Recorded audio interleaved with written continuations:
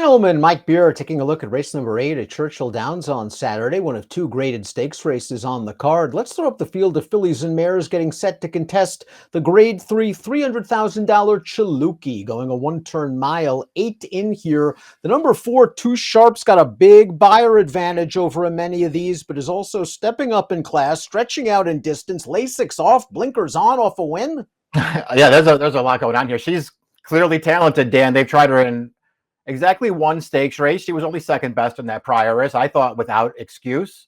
But she was defeated by a good horse there. She's fast on the way in, but there are questions. Let's take a look at our Timeform US pace projector, and Two Sharp's the speed stretching out. She's expected to make the lead in here. Pigalle, the number 2, is versatile. She can be close. She has won from off the pace, albeit when she broke a bit slowly in that race at Ellis Park. And the Groupie Doll, Ouvre, the number 7, is just a very consistent horse who can work out a good trip. But we'll see if Two Sharp can stay. She's bred to at least get a one-turn mile.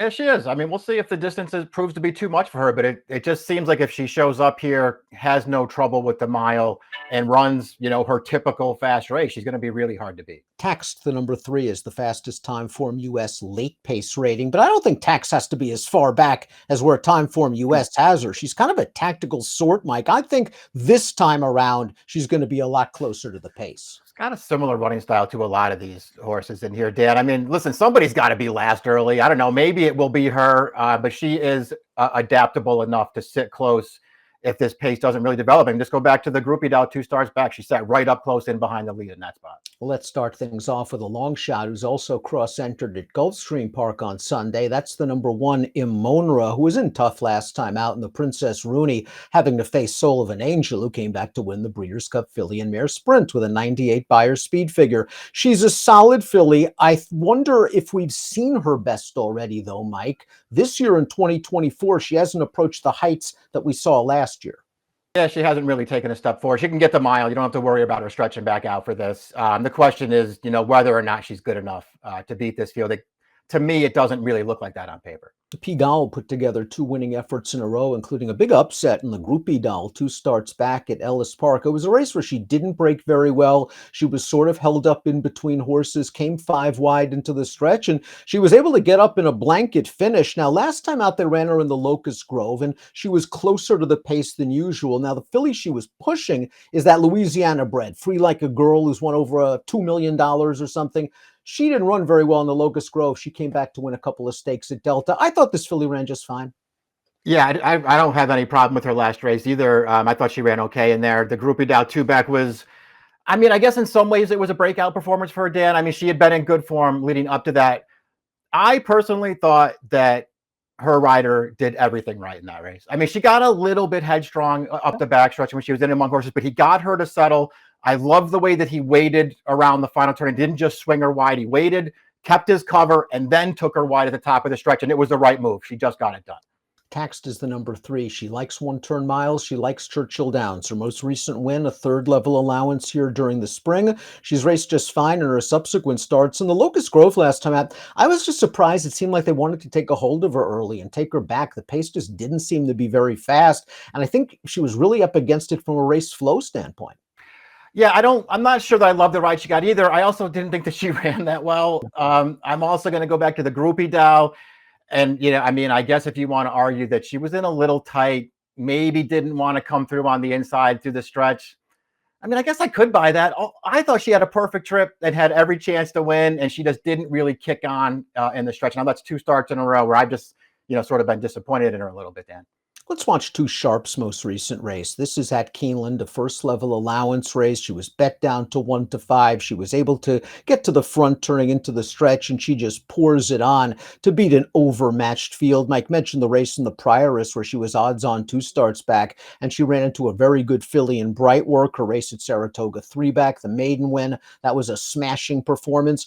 It's interesting that Phil Bauer's going to put the blinkers on off of this performance and see what more speed we can get out of her. We know she's fast already. Yeah, I wonder what he saw there that made him want to add blinkers. We'll see. Obviously on figures, she's really hard to go against. But again, as we talked about in the open, it's not like there aren't some questions for her to answer here. Again, the Lasix is coming off. She's never been the mile before. I suspect she'll get a really good trip in here, as she did in that last start that we just watched. And she'll either be on the lead or she'll be sitting right up close. and she's clearly talented. It's your call if you want to take a short price on her. Assuming she's been breezing with the blinkers recently, 3 5/8 drills, 59 and change. It's a poppy special. We move on to the 5, Royal Spa, who is second last time out. And we'll take a look at that performance off a little bit of a layoff at Keeneland, going 7/8 of a mile. Run down by the favorite, Cheetah Booty. As you can see, it's not a very big field. She's in with a chance turning into the stretch. She ran just fine. She's got a little bit of back class.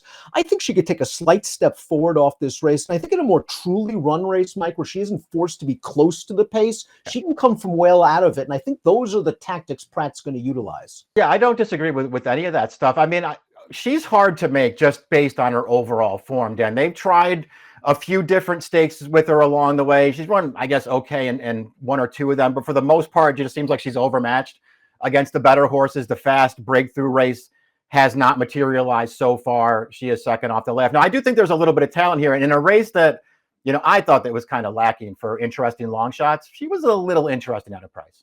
Positano Sunset, I wonder, is the kind of horse that maybe runs to the level of her competition. She was fourth in the Ballerina 3 starts back, a race that was controlled up front by Society over a track that you could argue is speed-friendly. And then they dropped her in class in the Open Mind, and she finished an okay second. And then last time out at Keeneland, they tried 2 turns. It's a mile and a 16th, but it's a mile and a 16th with a short stretch. And I just have no excuses for her here at odds on. The pace is reasonable, and this horse on the outside is better than she is. Yeah, she had no excuse. She made the lead. The horse that beats her just tracked her right up close the entire way, and Positano Sunset couldn't fend her off in the stretch here. Just seems like a horse who maybe just doesn't really want to stretch out, Dan. They've kept her sprinting for most of her career, and that race right there might suggest why, because she just didn't seem like she saw out the mile and a 16th. The one-turn mile, maybe it's good for her, and she's talented enough to win here, but I don't know. I kind of preferred other horses in here because I don't like that race, and I didn't like her Open Mind 2 starts back. I thought she got a great trip in that race, and she wasn't good enough.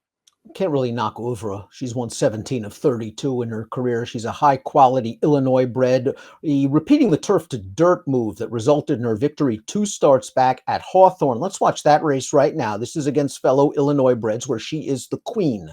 She's 1-10 in here. She dominates this group. She gets a fig, a 93, but she wasn't beating much. No, I mean, well, that's sort of been the story of her life. They've done a really good job placing this mare, Dan. They just run her in nothing but races that she's going to be tough in. That's on both turf and on dirt. She's obviously really good on dirt. You don't have to worry about the surface switch. Another horse that they mostly keep to sprint distances. This is a real test for her, but she got a 93 for that one. If you go back to one of her races last year, she got a 98 winning. I mean, she's clearly fast enough to win here, and she's got tactical speed. Fancy goes out for trainer Brendan Walsh. This horse was second, just nipped by Pigalle in the Groupie Doll 2 starts back. And I thought she ran just as well, if not maybe even slightly better than the winner, simply because she made the first run into that pace. And I think the horse on the outside, Pigalle, was covered up, as you mentioned, well enough before getting to the outside and beating her. Fancy then dropped back to a second level allowance, going the 2-turn mile and a 16th, was able to control the pace, and this results in a game win at odds on. Yeah, just took charge of the pace in this race and had something left here through the stretch. This is a game horse that's trying to close her down, and Fancy's just not going to let her get into it. It's not, a super impressive performance there. She just did what she had to do here off a little layoff. You mentioned the Groupie Doll 2 back. Personally, I think she was best in there. I thought that was a really good performance. I think if she runs that race here with a little bit of a cutback, I think it makes her tough at a fair price. Well, let's take a look at our top selections for the Grade 3 Chilukki at Churchill Downs. You're going with Fancy over Pigalle. Again, Fancy seems like a very versatile sort that can play the break from this outside post position and work out her own trip under Gaffalione. Yep, I think she can get the right kind of trip in here. I still think there's some upside with her too, Dan. She's very lightly raced. And again, I think in the Groupie Doll, I think that race suggests that she's good enough to go with these horses.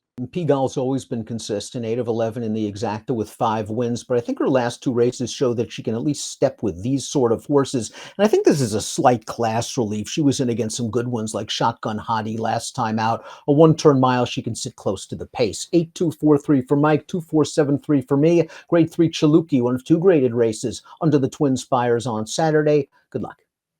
Hey buddy, you look like you're in need of a winner, and just remember, if you like and subscribe right over here, you can get all of the great content on DRF.com, including Race of the Day, stakes previews, and lots more, featuring me and my superb selections. Trust me, you're not going to regret it.